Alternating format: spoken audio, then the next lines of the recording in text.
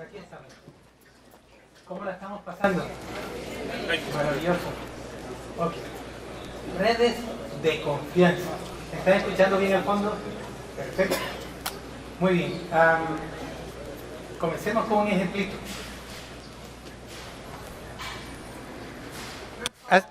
Hace unos años, a un grupo de músicos se les ocurrió que, si lo aumenta un poco el volumen, por favor, que la música, como la comida, es lo que nos trae y nos conecta. Y este era un músico callejero en Santa Mónica, en California. Cuando lo escucharon, dijeron, pero usted podría ser una superestrella. ¿Qué hace usted cantando en la calle? Y este hombre dijo, es que lo que me encanta es conectarme con la gente, y la calle es donde me siento más conectado. Y esto inspiró un proyecto en donde músicos de otra parte del mundo decidieron cantar la misma canción, trascendiendo barreras de todo tipo. Y lo que está diciendo es que necesitamos siempre a alguien con nosotros. When the night has come and the En este caso, land is dark, siguiendo las mismas partituras, con distintos instrumentos, con distintos géneros musicales, un grupo de artistas decidió hacer algo más. Y empiezan a expandir el espacio de colaboración con una canción que habla de contar unos con los otros, que no estamos solos. Y entonces esto requiere mucha confianza, porque hay que confiar en la tecnología, hay que confiar en que las personas van a cantar la misma canción. Es que de hecho estar aquí requirió confianza, que hay un salón Pegaso en el centro de convenciones de Cartagena, que si viajamos en avión, las aerolíneas nos iban a llevar, nos iban a traer aquí, no a Mitú. Si pagamos algo en el hotel, si pagamos una comida, el dinero es una muestra de confianza, es una promesa. Entonces realmente la confianza es lo que nos ha traído aquí. Aquí estamos porque confiamos. A pesar de que nos parezca mentira, es que no lo notamos, estamos aquí porque confiamos. Que la Andy iba a organizar de verdad un evento. Entonces, cuando llegó la convocatoria, tenemos confianza en que va a haber un foro de la salud y el foro 26º farmacéutico en Cartagena en esta fecha. Y miren, esto requiere confiar en los estándares de interoperabilidad tecnológicos, porque están usando cada uno una red de comunicaciones en un país distinto, en una zona distinta, que requiere que todo esto se pueda combinar. ¿Este el barrio un poquito?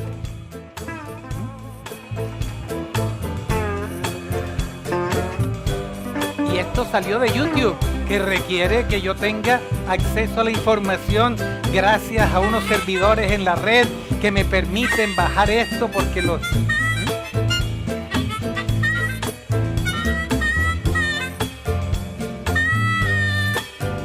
Pero ahora que se firmó el Pacto de Transparencia y que viene una ley techo en enero que dice hasta aquí hay de plata, este es el momento para invitar a que todos los gremios digan vamos a cantar juntos, porque si no, de aquí no salimos vivos.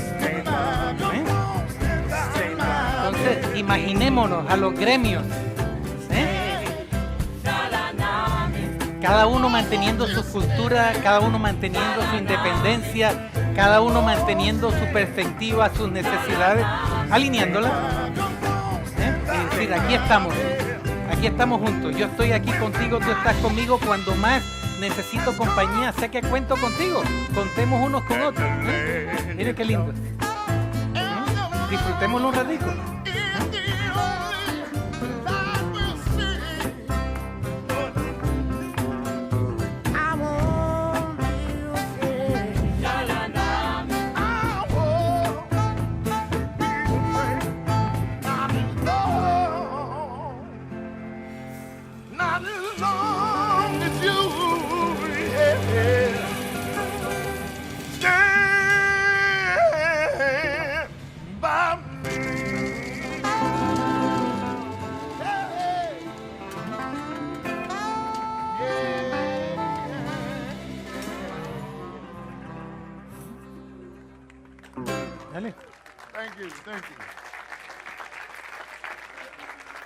Entonces esta es otra invitación para imaginar que podemos trabajar juntos. Y ahora con dos realidades. Una ley, un pacto de transparencia donde los gremios dijeron, aquí estamos, y otro un mensaje del gobierno claro, que a partir de enero, es decir, de aquí para acá, no hay más plata. Y la plata tiene que rendir, pase lo que pase. Y es maravilloso ver que ha habido esta respuesta a esta sesión, donde vamos a tratar de tener un diálogo enriquecido por algunos de nosotros, que vamos a traer elementos de distinto tipo y luego tener un panel que no va a ser el panel usual en donde aquí va a haber unas personas hablando entre ellos, sino que queremos que sea algo tan participativo como sea posible. Y que para el momento que salgamos de aquí, por ahí a las 5 de la tarde, digamos, esto valió la pena. No estar en la playa o en la piscina o caminando por el centro, sino este era el sitio donde deberíamos estar el 21 de octubre, aquí. Y hoy acordamos que íbamos a explorar 2 o 3 áreas interesantes, a ver si podemos anunciar algo en junio, que tenga en cuenta el Pacto de la Transparencia y la Ley Techo, que muestre que podemos trabajar juntos y que podemos trascender nuestras barreras y nuestros límites tradicionales. Entonces, estamos aquí porque confiamos. Si no confiáramos, si esto es Andy, nos están mamando gallo, no voy a comprar pasajes, o no voy a montar un avión porque pronto me llevan para otra ciudad, como decía. Entonces, comencemos reconociendo que también comerciamos porque confiamos. Este es el flujo de transacciones comerciales en el mundo. Y es continuo, y estamos continuamente confiando unos en los otros. Entonces la confianza es mucho más importante de lo que tendemos a pensar. Y comerciamos porque confiamos. La palabra confianza es muy interesante. Es un término compuesto entre con y fidere. Con o com, obviamente significa con. Y fidere tiene que ver con fe.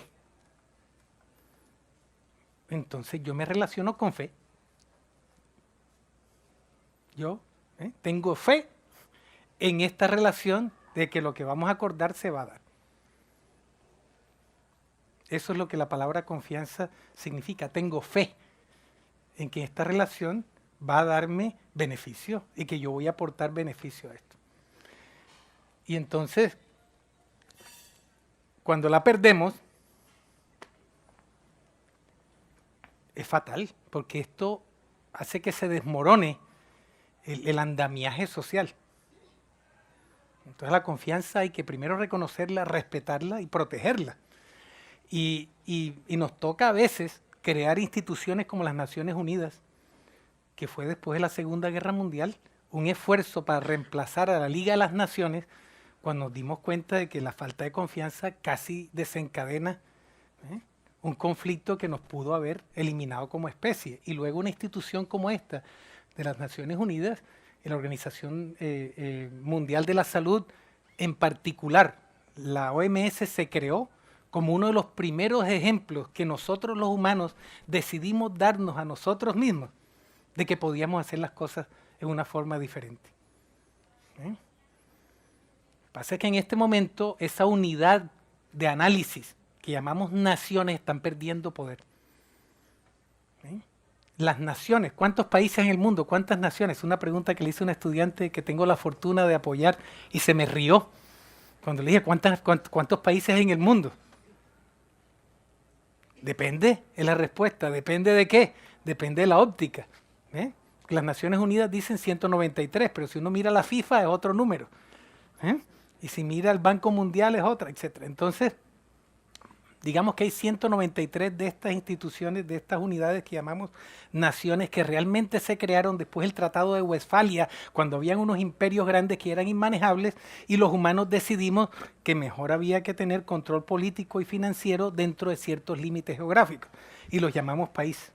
Y las Naciones Unidas, que se crearon para tratar de promover colaboración y confianza entre estas naciones, en este momento no está funcionando.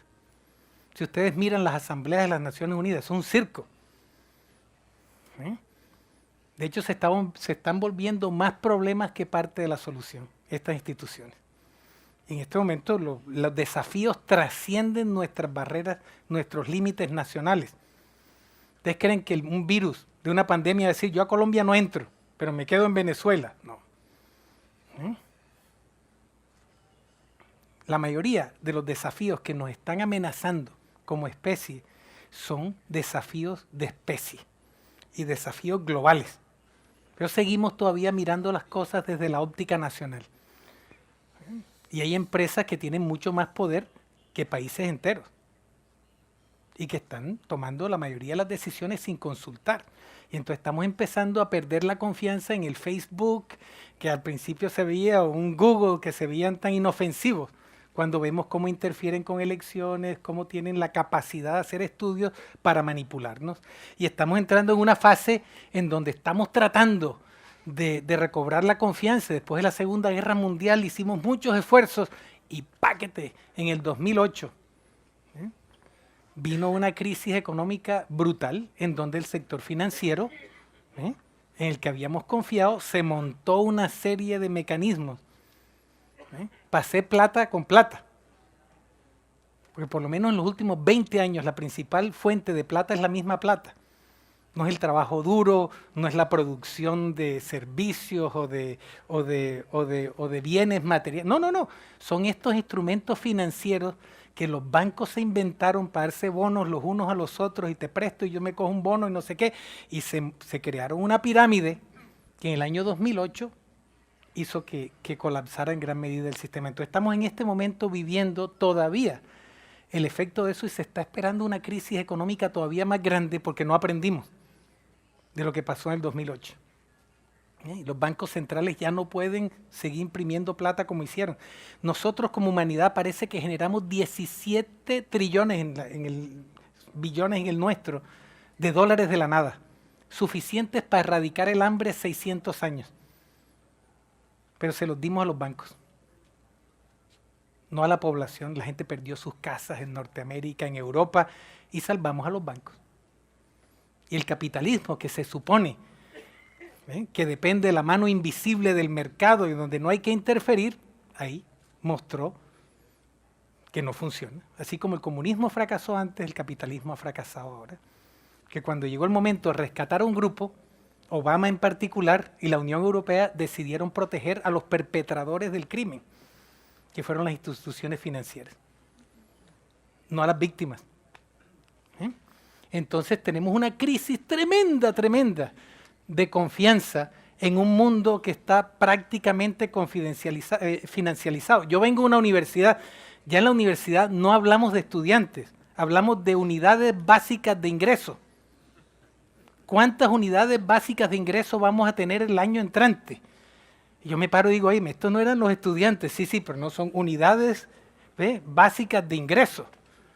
En la mayoría de nuestras conversaciones, dizque del sistema de salud, ¿de qué hablamos? PIG, punto, son indicadores financieros. ¿El techo de qué es? El techo es financiero, no es un techo de salud, que va a ser inaceptable que menos del 75% de la gente no sea saludable. Ese sería el techo que me gustaría a mí que tuviéramos. No, es un techo financiero. Entonces hay que reconocer que se nos ha financializado la vida. Y que lo que importan son los indicadores financieros. Y esa es la realidad en la que estamos viviendo hasta cuando nos demos permiso para cambiar esa realidad. Y páquete, vienen encuestas como las de Confía. ¡Upa! ¿Ok? Vale. Entonces se hizo una encuesta el año pasado con más de 11.000 personas en el país y unas 12.000 personas en 41 municipios. Y este fue el artículo que Dinero sacó. Los colombianos no confían ni en los empresarios. Dije, ¿desde cuándo confiamos en los empresarios? ¿Y qué tanta confianza tenemos en los empresarios? Es como si el supuesto hubiera sido que confiamos en el sector privado y ahora perdimos la confianza. Entonces me generó un poquito de interés. ¿Qué tantos datos tenemos de aquí para atrás? No importa. Yo creo que este titular no fue correcto. Porque miren estas cifras. El 93% de estas 12.000 personas en 41 municipios del país 93% dijeron no confiamos en los empresarios en el sector privado.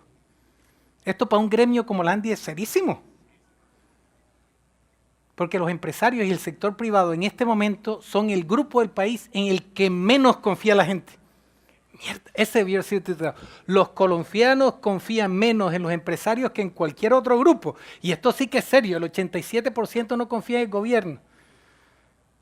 O sea, hay más confianza en el gobierno que en los empresarios. ¿Esta vaina qué es?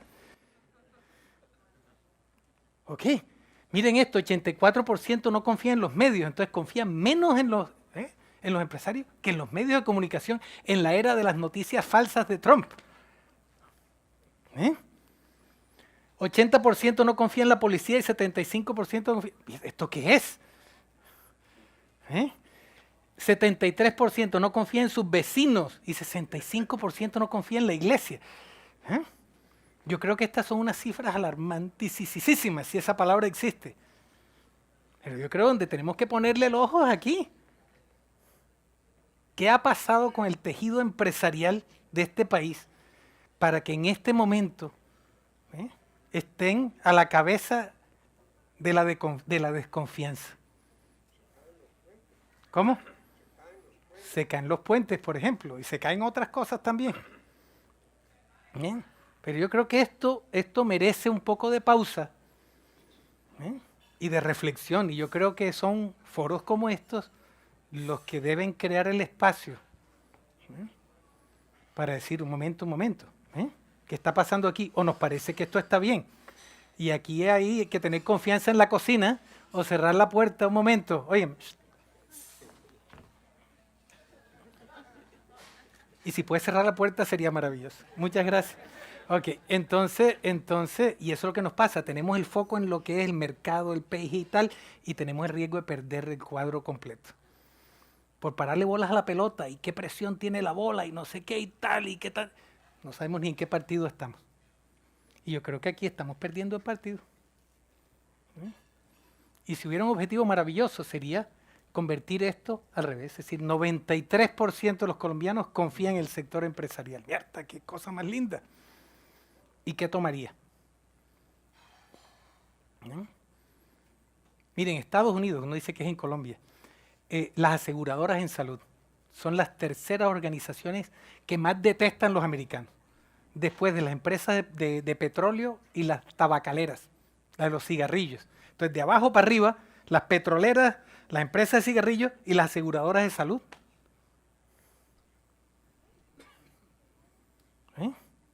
Entonces, mi invitación es que esto nos importe y cuando se haga nuevamente esta encuesta, se haga un esfuerzo común para decir esto hay que cambiarlo. Porque sin confianza nos jodimos todos. Y aquí viene una de las principales kriptonitas para la confianza. Y parece que somos un ejemplo maravilloso de eso en el sector de la salud. 21 EPS, y ese número tal vez habrá que actualizarlo después de las liquidaciones de la semana pasada. Pero en fin, se encuentra en la mira por casos de corrupción, percepción de corrupción. Si me da un toquecito ahí en la esquina, hola, hola, si puede hacer algo ahí con ese letrero que aparece en la esquina sería maravilloso. Pero mire, la percepción de corrupción en Colombia aumentó en los últimos 12 meses y esto fue una encuesta del Barómetro Global de la Corrupción de América Latina y el Caribe de este año. Entonces va aumentando, no está disminuyendo la percepción de corrupción y esto viene con esfuerzo de transparencia internacional donde se le pregunta a la gente, sin interferencia de instituciones, qué le ha sucedido con relación a asuntos relacionados con corrupción. Y va en aumento. Miren esto, ser un criminal en este país es del carajo. De cada 100 delitos solo se castigan 6.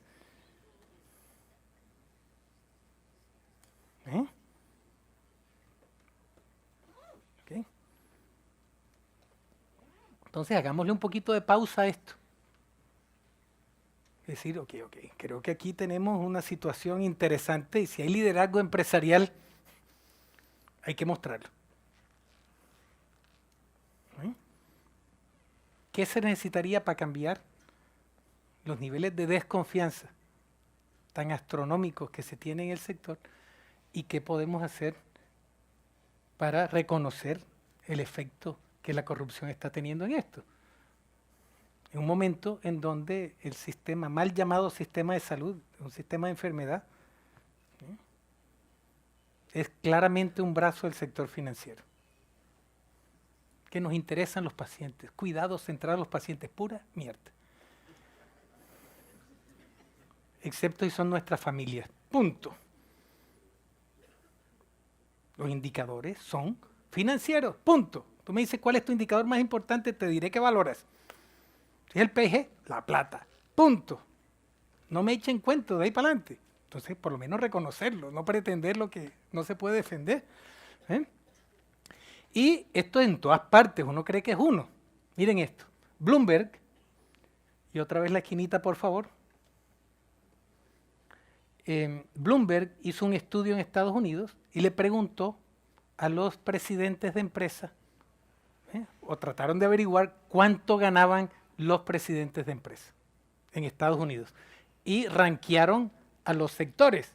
Y el sector número 1, en términos de salario, de ingreso anual, el sector de la salud, de la enfermedad. Y miren esto, ingreso promedio anual de los líderes de aseguradoras, de redes de hospitales, ¿ve? De empresas farmacéuticas, 37 millones de dólares al año. Más que el ingreso de los líderes de empresas de tecnología, de empresas de energía, de empresas financieras. Aquí es donde está el billete. Decía, usted quiere ser rico, decía el artículo, vuélvase un ejecutivo del sector de la salud. ¿Okay? Y esta gente quiere rendimiento también. Y si hay que comprar EPS y cadenas de hospitales en Latinoamérica y se le dan a precio de huevo, aquí se meten y es lo que estamos viendo, porque allá no pueden crecer más. Y como decía esta mañana, a los que no estuvieron ahí, hay que unirse, porque la unión ahora en este momento sí que hace la fuerza. Y unirse para vender mejor, para venderse mejor a los compradores de afuera, o ingeniárselas para crear alguna cosa aquí interesante que se le pueda vender a los de allá, a los de fuera. Pero esta fragmentación y cada uno tirando por su lado, lo que está haciendo, como decimos en la costa, es ponerle de papaya a que sea, yo te compro a ti y te negocio a ti, y si no te ahorco a ti y te jodo. Como les comentaba, Jeff Bezos, el año pasado se ganó todo el presupuesto de Colombia en un mes. El tipo más rico del mundo. Todo el presupuesto del país en un mes.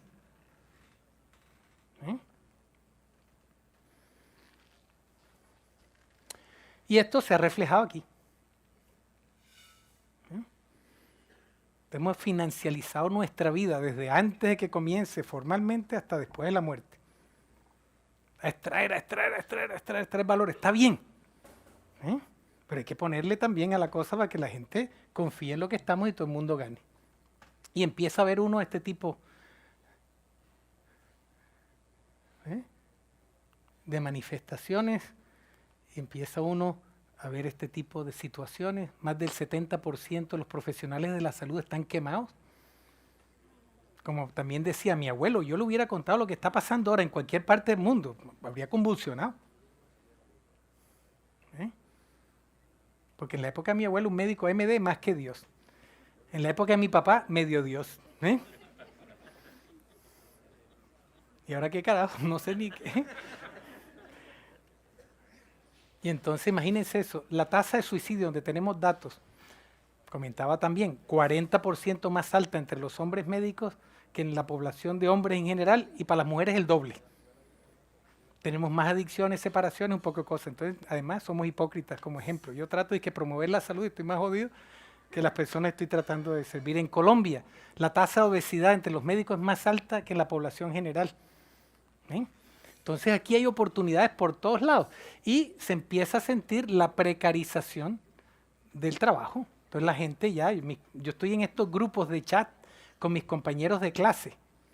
Mierda, la conversación es como de obreros en la época cuando yo estaba pelado. Entonces, si eso hubieran reemplazado y lo hubieran puesto otro, decía, esta gente se siente así, se siente acá. Y estos son javerianos, que en mi época era otra cosa. Y ahora las conversaciones, digo, ¿estos quiénes son que están hablando así? Y estas son las señales que hay que notar, como que hay que cerrar la puerta de ahí o hablar con alguien en la cocina para que por favor nos hagan menos. Okay. Y miren, y ya hay un estado de emergencia en Chile solo porque aumentaron el tamaño, la tarifa en metro. Y si no tenemos cuidado, un estado de emergencia aquí porque, a pesar de que en ciertos casos las percepciones... esto fue un tema en mi grupo de clase, la agresión contra los médicos. Y las médicas, ¿saben a qué es? Inconcebible. Hace mucho tiempo decía, ¿esto qué está pasando? No, es un problema serísimo y conversaciones de semanas sobre la agresión. Entonces, esto es más o menos lo que refleja la situación, no solo en Colombia, sino en todo el mundo. En inglés se llama un Mexican standoff. Yo creo que es un atasco mexicano, en donde todo el mundo tiene 2 pistolas y se la apunta a los demás y está todo el mundo atascado a ver quién es el siguiente que hace movimiento. Entonces, en nuestra versión...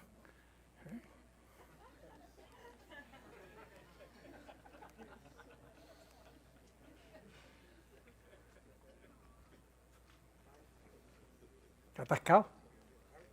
Atascado, Y en mejor de los casos seguimos agregando burocracia y papeleo para protegernos los unos a los otros, y esto es un lío el hijo de madre, que cada vez se consume más tiempo en labores administrativas, preventivas, para que no lo jodan los otros aún. Y es básicamente una situación de riesgo de guerra civil dentro de un ecosistema de gremios que deberían estar trabajando juntos, para los intereses de la población y con la población juntos. Entonces esta fue la situación que encontró un grupo que decidió unir esfuerzos, invitados por Compensar Salud y por la EPS en Bogotá. Esta mañana hablé un poco al respecto, para los que no estuvieron voy a darles un poquito de repaso. Pero dijeron, tenemos 3 escenarios. Primero, mantenemos el status quo. 2, hacemos cambios progresivos. O 3, le apostamos un gran cambio, porque esto es insostenible. Entonces, si mantenemos el status quo, nos vamos a quebrar. Si hacemos cambios progresivos, también. Y si instigamos un gran cambio, bueno, las posibilidades son altas, dados los recursos que hay, las demandas crecientes, pero por lo menos le apostamos algo que nos puede permitir tener más oxígeno.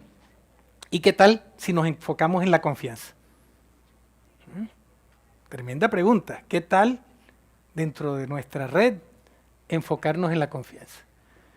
Y decidieron construir una red integrada de servicios basada en la confianza. Y en una de mis venidas me dijeron, oye, me estamos haciendo esto y nos vienen a visitar a otras partes del mundo, y cuando contamos lo que están haciendo, dicen, oye, esto querríamos tenerlo nosotros. ¿Qué tan buenos somos realmente? ¿Cómo es nuestro trabajo? Y hemos hecho todo lo posible para alinear nuestros intereses. Y esto ha sido una de las experiencias más maravillosas que yo he tenido, porque no sé si ustedes se acuerdan de la fábula del pájaro azul de la felicidad. Ok, les voy a contar, es una fábula china.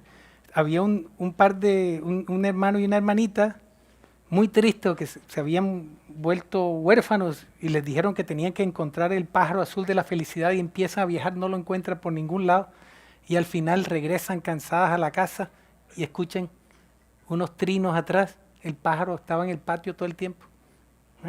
Yo llevo 30 años fuera del país, dando cantaleta de que hay que trabajar juntos y tal, y póquete, ahora les cuento, esta red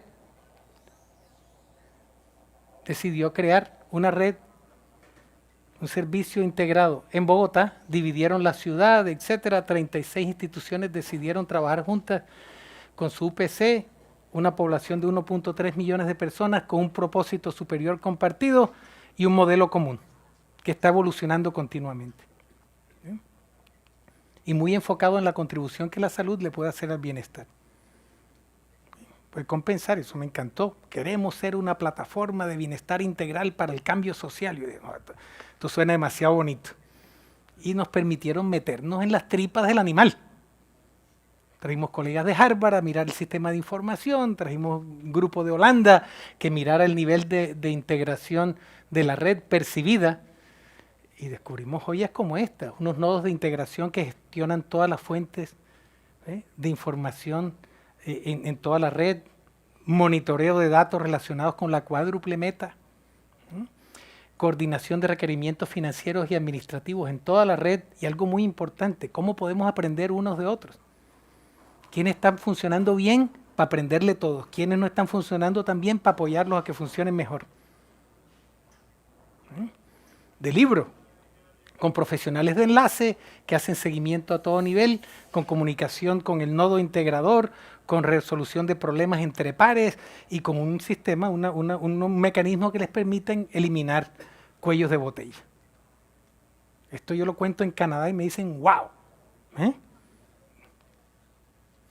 Con un sistema de información integrado que permite acceso por móviles, etcétera, y acceso a datos clínicos, financieros y operacionales en toda la red en tiempo casi real. Y yo creo que esto es algo que celebrar, porque yo soy un pesimista feliz. Es mi forma de sobrevivir. Mi vida está llena de pesimistas muertos, optimistas muertos, que tratan de probar que tienen razón. Yo trato de probar que no tengo razón. Y dije, ok, el desafío, Andrés, Mauricio, es ver cómo se comparan ustedes con otros. A mí no me interesa la Copa Postobón, que entre otras me parte el corazón. Una bebida azucarada promoviendo el deporte, ese es el problema aquí nuestro y lo celebramos. Vale. ¿Qué tal la Champions League? ¿Por qué tienen que pensar ustedes aquí? Si de verdad quieren saber cómo están, vamos a compararnos. No pensamos en que nos podemos ganar la Copa Mundo. Bueno, tirémosle aquí también. Y el Tour de Francia. Y los dobles en Wimbledon, fíjense. Y Grammys de los músicos. ¿Por qué no podemos pensar en este sentido? Y entonces utilizamos los criterios de la OCDE, la Organización para la Cooperación y el Desarrollo Económico, con sus mismos criterios, sus mismas metodologías, sus mismos indicadores. Miramos el año 2016-2017 como de referencia y comparamos el rendimiento de esta red con los 36 países de la OCDE. Porque con 1.300.000 personas, esto es el tamaño de Estonia, esto es 3 veces el tamaño de Luxemburgo y como 6 veces Islandia. Uno tiende a no creer estas cosas. Y entonces, como mostré brevemente esta mañana, 5 de los indicadores en número 1. Comparados con todo Japón, España, Inglaterra, Canadá, Estados Unidos. Aquí estamos hablando de con el UPcito que tenemos, que es 25% del promedio de la OCDE. No quiere decir que sea suficiente, pero se ha logrado un nivel de funcionamiento en este tipo de circunstancias que merece atención. Y hay áreas para mejorar. Hay áreas para mejorar. Y entonces identificamos que hay varios indicadores en donde la red de compensar, como si fuera un país, aquí está, se compara desfavorablemente con los otros miembros de la OCDE. Entonces mire eso, mortalidad materna, muertes por 100.000 nacidos vivos, 0 en Noruega. 8.5 en la red esta integrada de compensar, Colombia 51.4. Entonces aquí la pregunta es interesante, porque esta red tiene 8.5, que está rankeada dentro de los 36 de la OCDE, y Colombia tiene 51.4. Esto de alguna forma es validación interna y externa simultáneamente. Mortalidad neonatal, 4.9, rankeado 34 de 36, 37 incluyéndose ellos. Islandia, 0.5, México, con el valor más alto a 7.5. Y así, mortalidad perinatal, miren las cifras. Y el bajo peso al nacer y el SIDA, la incidencia por 100.000 habitantes al fondo de este grupo, pero ya es el fondo de la Champions League. Que es lo interesante, esto no es que está en el fondo, está en el fondo de la Champions League. Entonces ya hay un punto de referencia diferente. Y entonces ahora la red se está enfocando en estos indicadores a ver por qué, qué está pasando alrededor del nacimiento de un bebé, porque esto es lo que es salud perinatal. Ahí está pasando algo y pum, le pueden enfocar la atención a decir qué podemos hacer mejor. Y la invitación realmente es a creer para ver posibilidades. Lanzamos el libro el 11 de diciembre del año pasado en inglés y en español. Y ustedes no se imaginan la alegría que me da decir en Canadá, aprendan de esta red en Colombia. Y sacaron artículos, he estado en televisión nacional en Canadá. Nos mandaron al lanzamiento del libro gente de las campañas de candidatos demócratas a ver lo que está pasando, porque quieren Medicare para todos. En los Estados Unidos es imposible con $10,000 por persona por cabeza hacerlo, insostenible. Están mirándonos nosotros. Yo decía por chiste en un grupito pequeño, pero lo voy a decir aquí y en público. He estado en reuniones donde vienen estos de la Joint Commission a evaluarnos a nosotros. Que Joint Commission ni qué mierda, ellos deberían ser evaluados por nosotros. Viene gente de Harvard y de Johns Hopkins y aquí no les... Cuando estos allá no tienen ni idea de lo que están haciendo, ¿ves? Y con $10,000 no pueden hacer lo que aquí logramos con confianza y tratando de trabajar juntos. En medio decimos en la costa verguero, pero puede ser como ovariero o lo que sea. En medio de esta vaina, se pueden hacer cosas así. Tenemos que celebrarlo. Si no, esto es autosabotaje. Entonces, ¿qué tomaría para que lo que ya vimos que se logró aquí se convierta en el mínimo aceptable? Esto es una petición que tengo. Si ya se probó que esto es posible, aquí, ¿qué está evitando que otras EPS o que otras redes hagan lo mismo? Esto es una pregunta interesante. ¿Que se necesitan más recursos? Sí. Pero con lo que hay, ¿se han logrado unos resultados extraordinarios? Sí. Y me alegra, Andrés, que estés aquí sentado y al frente, porque nos sentamos y le dije, ¿puedo decir esto aquí al grupo? Porque estamos en un entorno competitivo. Le dije, ustedes tienen mucho know-how ahí. Y me dijo, no, la intención es compartir la experiencia. Si hay grupos interesados, hablemos. Porque aquí lo que hay que hacer es promover tanta unión, porque hay para todos. El requisito es creer para ver. Y voy a seguir insistiendo. Hay que darle la vuelta a Santo Tomás.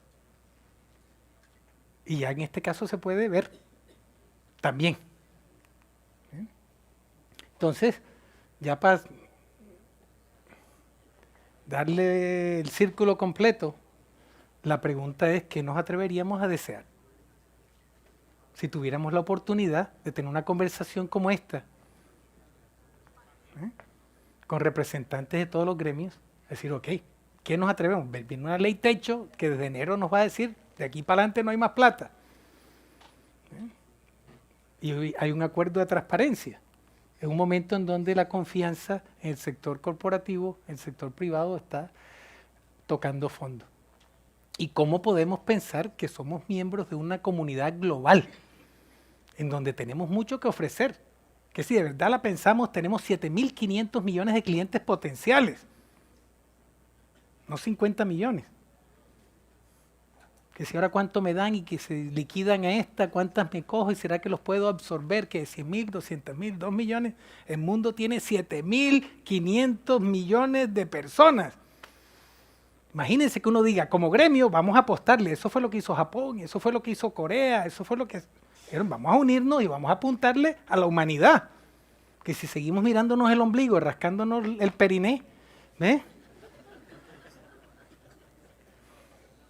no vamos a llegar muy lejos. Y ver cómo empezamos a crear una realidad distinta en un momento en donde la especie está en peligro. Empezar a lanzar mensajes positivos, que lo podemos hacer. Y lo hemos hecho en prácticamente todos los sectores. Yo creo que este es el momento que nos toca a nosotros, históricamente decir, aquí estamos. Y miren lo que hemos hecho. Porque nos atrevimos.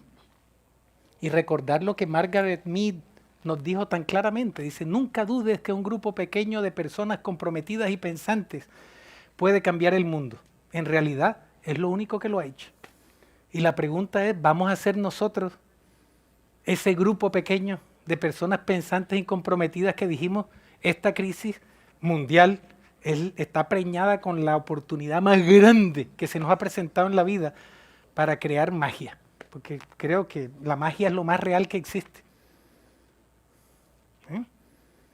Y esa es la invitación que tenemos hoy, esta tarde, y que espero que en la medida en que contribuyamos podamos hilar juntos una narrativa preciosa, y que miremos hacia atrás y digamos el 21 de octubre de 2019 en Cartagena, nos atrevimos a darnos permiso para pensar que podíamos crear una realidad diferente. Muchas gracias.